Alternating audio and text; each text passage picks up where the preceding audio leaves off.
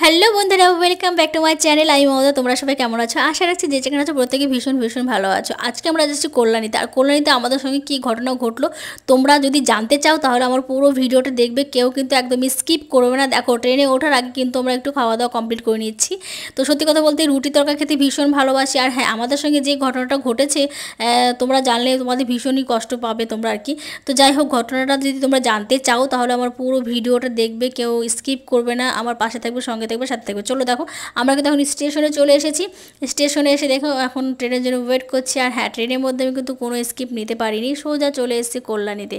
তো কল্যাণীতে আসার পর দেখো ব্রিজের ভিউটা কি সুন্দর লাগছে, আমার তো খুবই ভালো লাগছে। ঠান্ডা ঠান্ডা হাওয়া দিচ্ছে। তোমাদের দাদাভাইকে বলছি যে আমি এখানেই মনে হয় যেন বসে পড়ি। এখন বাজছে রাত্রি 10:30।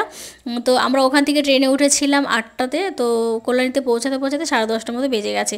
তো যাই হোক, এদিকে দেখো স্টেশন পার হয়ে এখন আমরা টোটোতে করে চলে যাচ্ছি ITIতে। তো সত্যি আমি ভীষণ এক্সাইটেড ছিলাম যে কখন আমি কল্যাণীতে যাব, কখন মায়ের মুখ দর্শন করব সত্যি, আর তোমাদেরকে দেখাবো মাকে।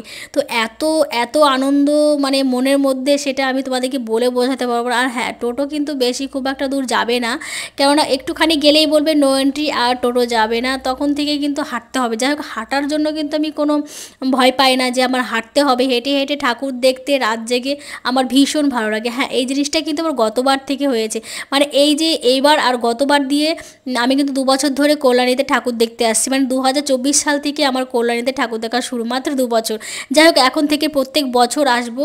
আর সত্যি কথা বলতে এতটা ভালো লাগে তোমাদেরকে সেটা বলে বোঝাতে পারবো না। আর আমি সবসময় ভাবি যে কখন তোমাদের সঙ্গে শেয়ার করব, আমি কোথায় যাচ্ছি না যাচ্ছি সবটা তোমাদেরকে জানাবো, আর তোমরা সবাই দেখবে। তো দেখো, এখানে কিন্তু নামিয়ে দিল আমাদের টোটোওয়ালা। এখান থেকে হাঁটতে হাঁটতে যাব। আর এই যে চারি সাইডে এত সুন্দর লাইটিং, তোমরা তো দেখেই বুঝতে পারছো যে মনে হচ্ছে যেন দিন, একদম দিনের আলো এরকম মনে হচ্ছে। তো সত্যি ভীষণ ভীষণ ভালো লাগছে। তো এদিকে মামি আর মামা কিন্তু শ্যুট করতে ভীষণ ব্যস্ত। সত্যি মামা আসতেই চাইছিল না, তো আমাদের সঙ্গে এসেছে। মামি জোর করে নিয়ে এসে বলতে গেলে। মামার শরীরটা ভীষণ খারাপ, কোমর যন্ত্রণা হচ্ছে। পুজোর পর মামা বাইরে যাবে বলতে তোমার ব্যাঙ্গালোর যাবে, মানে ভেলুর ডক্টর দেখাতে যাবে লক্ষ্মী পুজোর পর। তো যাই হোক, আজকে কিন্তু মামা মানে এত সুন্দরভাবে হেঁটে যাচ্ছে, মাঝে মধ্যে কোমরটা বেঁকিয়ে দিচ্ছে, বলছে আর হেঁটে হেঁটে পাচ্ছি না। আর আমার বাবু দেখো, আমি ভাবতেই পারিনি যে আমার বাবু আমাদের সঙ্গে এরকম রাত জাগবে, এরকম রাত জেগে ঠাকুর দেখবে। আমি সত্যি একদম ভাবতেই পারিনি। আমার ছোটো বাবু কিন্তু আসেনি, কেননা আমার ছোটো বাবু মানে ট্রেন জার্নিটা অতটা ভালো লাগে না। মাঝে মধ্যে বলে ভালো লাগে, আবার মাঝে মধ্যে বলে ভালো লাগে না। কেন জানো? ওই যে সারা দিন হেঁটে হেঁটে ঠাকুর দেখা, সারা রাত জেগে ঠাকুর দেখা, এটা ওর দ্বারা একদম অসম্ভব। একটুখানি হাঁটলেই বলবে আমি আর হাঁটতে পারছি না, আমার মাথা ঘুরোচ্ছে, আমার এই হচ্ছে সেই হচ্ছে, ভালো লাগছে না, আমাকে কেন নিয়ে আসলে। এই তো মাঝখানে আমি পুজোর বাজার করতে এসেছিলাম কৃষ্ণনগরে। তো সেখানে আসার পর কিন্তু আমার বাবু পুরো ক্লান্ত হয়ে গেছে। তারপরের দিন বলছে মা আমি আর কোথাও যাব না, কেননা আমি এইভাবে হেঁটে হেঁটে বেড়াতে পারি না। যাই হোক, ITIতে ঢোকার আগে কিন্তু একটা প্যান্ডেলে দেখো আমরা ঢুকে পড়েছি, কেননা আমার বাবু বলছে মা চলো না আমি এই প্যান্ডেলটা দেখে আসি। তো বেশ খুব সুন্দর হয়েছে প্যান্ডেলটা। আর চারি সাইডটা এত সুন্দর ডেকোরেশন করেছে। সত্যি কল্যাণীর বুকে এত সুন্দর সুন্দর প্যান্ডেল হয়, মনে হয় যেন প্রত্যেক বছরই আসি আর একটা বছর আমি মিস করব না। এদিকে দেখো, মাকে কিন্তু এখনও সাজানো বাকি আছে, যেহেতু এখনও পুজোর মানে দুদিন বাকি আছে। আর হ্যাঁ, তোমাদেরকে বলি আমরা কিন্তু চতুর্থ দিন এসেছিলাম ঠাকুর দেখতে।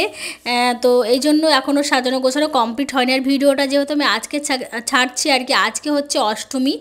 যাই হোক, তোমরা সবাই আমার ভিডিওতে চোখ রাখো। আমি কিন্তু আরও অনেক প্যান্ডেলে ভিডিও দেবো, কোথায় কোথায় ঘুরছি সব কিছুর ভিডিও দেবো। শুধু এখানে না, রথতলাতে যাব তার ভিডিও দেবো, বাতকুলাতে ঠাকুর দেখবো তার ভিডিও দেবো।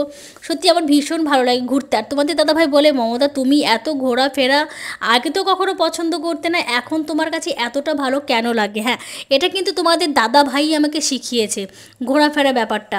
এখানে সেখানে ঘুরতে নিয়ে যেতে যেতে এমন একটা অভ্যেস হয়ে গেছে, কোনো ওকেশন হলে না ঘুরতে গেলে আমার একটু ভালো লাগে না। আর যেহেতু বাঙালির সব থেকে বড় উৎসব হচ্ছে দুর্গাপুজো, তো দুর্গাপুজো তো ঘুরে বেড়াতেই হবে বলো। একটা না দুটো না 5টা দিন স্বাধীনতা, আমাদের স্বাধীনতা, এমন ইচ্ছে করে যে সারাক্ষণ সারা রাত সারা দিন আমি হেঁটে হেঁটে ঠাকুর দেখে বেড়াই। তো দেখো, চলে এসেছি এখন কল্যাণী ITIতে। আমি এত খুশি হয়েছি তোমাদেরকে বলে বোঝাতে পারবো না। তোমরা তো প্যান্ডেলটা দেখতেই পাচ্ছ, মায়ানমারের থিম তো এত অপূর্ব হয়েছে, লাইটিংটা লাইটিংটা দেওয়ার পর মনে হচ্ছে আরও বেশি সুন্দর লাগছে। যাই হোক দেখো গুটি গুটি পায়ে কিন্তু এখন আমরা মায়ের দর্শন করব, তোমাদেরকেও দর্শন করাবো, তোমরা সবাই দেখবে। হ্যাঁ আমি কিন্তু শুনেছি যে মাকে 110 কিলো সোনার গহনা দিয়ে মাকে সাজসজ্জিত করা হয়েছে। তো দেখো এখান থেকে মাকে কি সুন্দর লাগছে, গহনা পরে এত চকচক করছে, সত্যি এতটা অপূর্ব লাগছে, তোমরা দেখো। হ্যাঁ তোমরা যারা এসেছো দেখতে তারা তো বুঝতেই পারছো। আর ভেতরটা দেখো কদবেলের খোসা, পাটকাঠি আর হচ্ছে কাঠের চামচ তাই দিয়ে ডেকোরেশন করেছে। ওয়াও ওয়ান্ডারফুল, দেখো মাকে কি দারুণ লাগছে। আর মোবাইল সত্যি এত ভালো লাগে দেখতে, আমার মানে কি বলবো তোমাদেরকে, আমি বলে বোঝাতে পারবো না। দেখো তোমরা একটু জাস্ট মায়ের মুখটা শুধু দেখো, কি সুন্দর অপূর্ব লাগছে।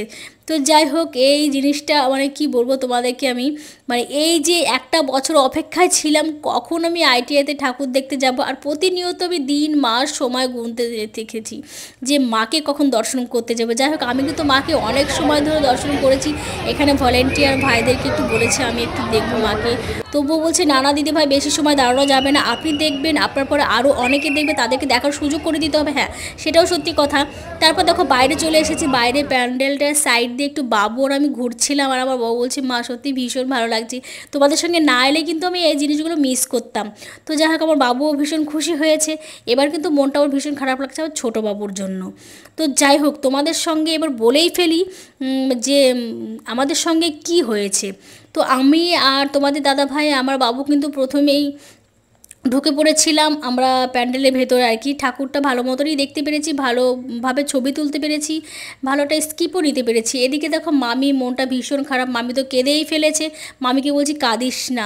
মামি ছবি করতে গেছিলো ওখানে, মানে যারা গাইড দিচ্ছিলো পুলিশ অফিসাররা ছিল, বেশ তারপর হচ্ছে সিভিকরা ছিল।